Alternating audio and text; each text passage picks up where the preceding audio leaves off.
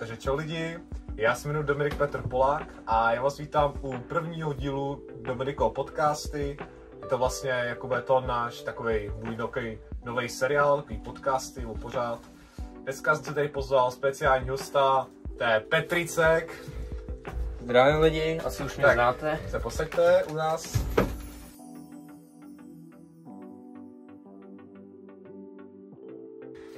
No tak přivedlo mě k tomu, že prostě jsem chtěl jako už taky s někým udělat podcast. Jo, a zrovna jste si vybral mě, vidíte.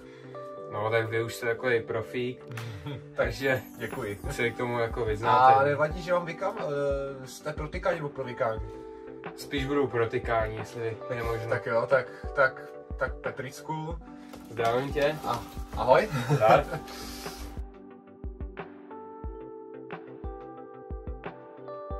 YouTube kanál kvůli tomu, že prostě YouTube mi smazali můj starý YouTube, kde jsem měl přes 1000 odběratelů a prostě nevím, z ničeho nic, prostě o prázdninách, jako ten rok, tak prostě mi nešlo přihlásit na účet. Takže myslíš si, že jsi třeba něco jako porušil, třeba nějaký jakoby práva nebo jako nějaký pravidla YouTube třeba? No je to možný, že jsem prostě něco porušil v nějakém videu, ale bohužel to už nezjistím. Jasně. Kde se tam nemůžu dostat. A jaký jsi měl jakoby, na tom předchozím kanále jakoby obsah? Jako průzkumy nebo vlogy nebo něco takového? No měl jsem tam všechno možný, měl jsem tam průzkumy, ochutnávky, prostě všechno možný, kromě her. Jasně.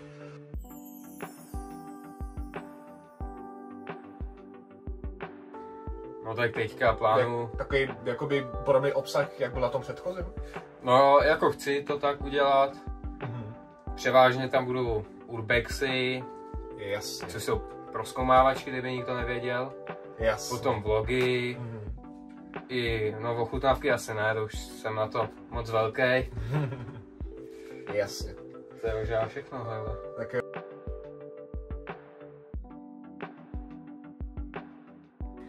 Tak samozřejmě 100 000 odběratelů, to asi je sen každýho mít svůj YouTube button. Teda YouTube button. A máš plán i členství založit? A merch? Samozřejmě v plánu to určitě mám, členství samozřejmě, ale to je až od 1000 odběratelů, což jako na minulém kanále už jsem mohl mít, ale stalo se tohle. Jasně. Já vlastně jakoby taky natáčím na YouTube, taky mám svůj vlastní jakoby YouTube kariéru. Mám asi 3 účty, 2 máme společný s mým kamarádem a jakoby jeden jako tam natáčím jako jenom sám. A jakoby mám, jako docela se mi jako daří, bych řekl. Jako koukal jsem na to tvoje video a jakoby mělo to asi 10 zhrnutí zhruba, což je jakoby dobrý, jako na začátek je to docela úspěch, musíš uznat. Jo, tak samozřejmě 10 odběratelů na to, kolik mám, nevím kolik mám. Myslím, že nějakých 40 odběratelů, teďka si nevzpomínám. Jasně.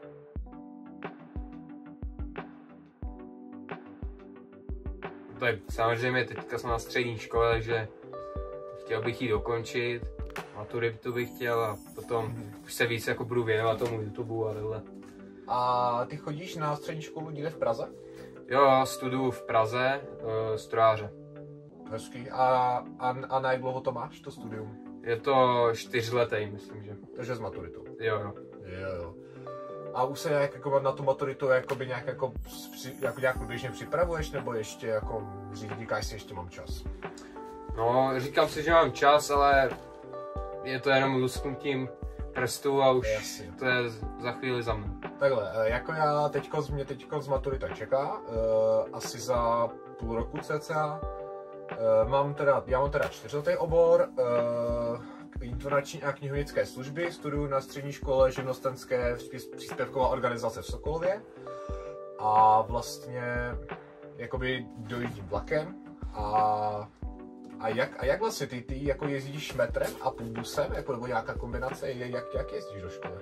No samozřejmě mám kombinaci, což je metro a bus.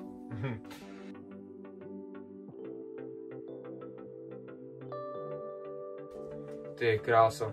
To je těžká otázka, na to se mě už ptá skoro každý. Ale jako, když tu školu dodělám, tak můžu být nějaký jak se tomu říká, prostě... Jako nějaký třeba jako výrobní něco jako, že běžíš třeba někde v hale.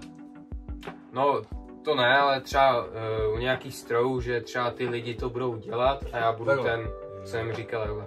Když to dodělám teda tu školu, což bych chtěl.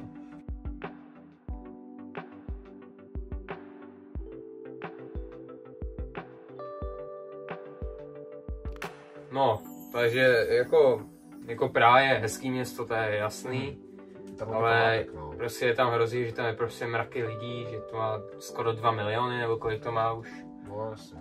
Takže prostě tam nemáš jako skoro žádný soukromí a tohle. No jasně, všude je jako narvaný, veď. No, všude jsou lidi a tak. A chtěl by ses třeba z Prahy někdy odstěhovat, nebo bys tam chtěl zůstat, jakoby třeba na celý život? Buď zůstanu v Praze, nebo se jako přestěhuju do Karlových Varů, což jsou samozřejmě taky hezký.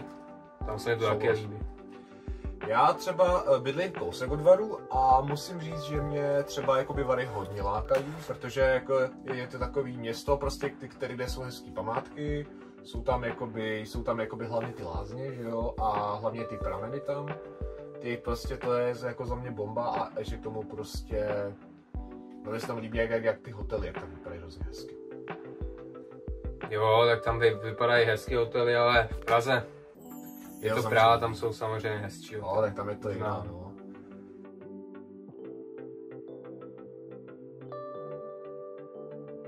No, tak nejvíc jsem asi na Praze 8, protože tam samozřejmě bydlím. Potom jako centrum. Jasně. Potom, kde mám školu. Jasně. Což je Praha 10. No a tam ty jako části jako Říčanům, tak tam většinou ne, jako třeba Háje, tak tam vůbec neznám. No, málo tam znám. Tam neznám. A ty jsi měl v létě brigádu v McDonaldu, že jo, v Hájích? No, měl jsem brigádu v Mekáči na Ipáku, ale oni mají jako více poboček, ten pán, který vlastní ten Mekáč na Ipáku, už mě takhle posílal. Jasně. Já jsem vlastně taky dělal, jakoby ve Varech, já jsem dělal v pobočce Dolní Kamena v McDonaldu, tam už přes rok a upřímně zatím jsem teda spokojený, jsem tam na pozici lobbysty, což ty vlastně znáš, viď? A jakoby dělám tam i hranolky a roznáším jídlo, jakoby, což znamená jakoby servis. A nevím, jestli jsi ty pozice dělal taky všechny, nebo jsi dělal nějaký? No většinou jsem byl převážně v kuchyni, že jsem dělal hamburgery, hranolky a i někdy jsem byl na servisu, že roznášel jídlo. Jasně, takže prostě konstruování burgerů. Jo, přesně. Jo, to se taky začíná, to je poměrně jako náročná činnost. No je to náročný, protože si musí zapamatovat prostě ty burgery a kdo... A prostě když něco uděláš blbě, tak je z toho potom průser. No tak prostě tě servou prostě. A je něco, co se ti třeba na tom Mekáči jako nelíbilo? No nelíbilo se mi tam, že prostě nadržovali Ukrajincům, že tam byl samý Ukrajinec. Prostě se mi to nelíbilo, prostě už jsem to ukončil. Jasně, ale oni teda jakoby... Třeba ty si udělal nějaký průser, kdyby si udělal, a třeba kdyby udělal ten problém obyvatel Ukrajiny, tak oni by tě jakoby seřvali víc než toho Ukrajince, třeba. Jo, podle mě jo. Nebo jako mě neseřvali, protože jsem jako nic nedělal, jsem jako slušnej kluk. Jasně. Že jako nedělám žádný průser, takhle ani nemám to plán. Pamatuješ si, jaká tvoje šichta byla jako ta nejhorší z nejhorších? Pamatuješ si to? No první, protože jsem fakt nic neznal a oni byli hnedka... Hnedka jsem musela, že jsou umět, hnedka jako angry. Hnedka měli velký nároky na tebe, veď? No.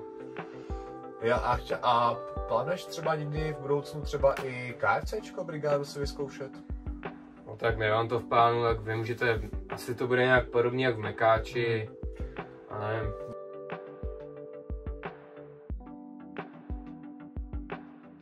No byl jsem už tam možná, myslím, že 3krát už jsem byl v Popeyes. Jednou jsem tam byl, když jsem udělal přijímačky. Prostě tam jsou jenom burgery, je to fakt dobrý. Za mě to chutná víc jak Mekáč, ukázce. Hele, a teďkon se tě zeptám na takových pár otázek, jo. Hele, představ si, máš třeba McDonald's a máš třeba nějakou luxusní restauraci jakoby s burgerama, kde bys třeba jakoby Mekáči by dostal třeba burger, který je takhle velký, jo. A v té luxusní restauraci by dostal burger, který je takhle velký, tak kam by si šel? No asi spíš do té restaurace, protože mám rád burgery. Jasně, jo, to je jasný. A máš třeba burgery jako slaninový třeba, kde je slanina vevnitř? Jo, tak taky to mám rád. Skoro všechny burgery mám rád. Já jsem byl teďkonc, já jsem si kupoval jako burgera na benzinové pumpě, u mě v Oloví, kde bydlím. A jakoby bylo to fakt jako upřímně docela dobrý. Bylo to burger, kde byla, myslím, nebyla tam slanina, byla tam taková omáčka, která byla extrémně dobrá.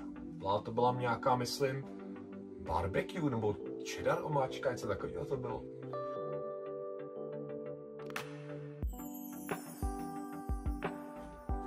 Ty krásno, to je celkem těžká otázka, měl jsem samozřejmě rád všechno, ale asi nejvíc jsem měl rád Big Tasty. A který? Single nebo double? No tak to je samozřejmě jako skoro stejný, jenom tam je o maso navíc, přesně. Takže teda double jsem rád. No i ten normální. Jasně, jasně. A chutná ti třeba i Big Mac?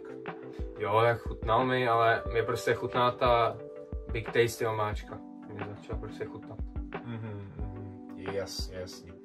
Já třeba jsem si Mekáči dával nuggety, Double Big Tasty a zkusil jsem i ten Bacon Big Mac, jestli si někdy zkusil. To jsem neměl Bacon Big Mac, takže to nemůžu jako soudit. Ten byl dobrý upřímně, ale jako už to nebylo ono za mě, jako no, prostě už to bylo takový, jako jak to mám říct, prostě už mě to nechutnalo, no. Tak jo, tak já ti děkuju, že jsi dorazil a budu se tě ještě příště. Jo, tak ahoj. Tak čau.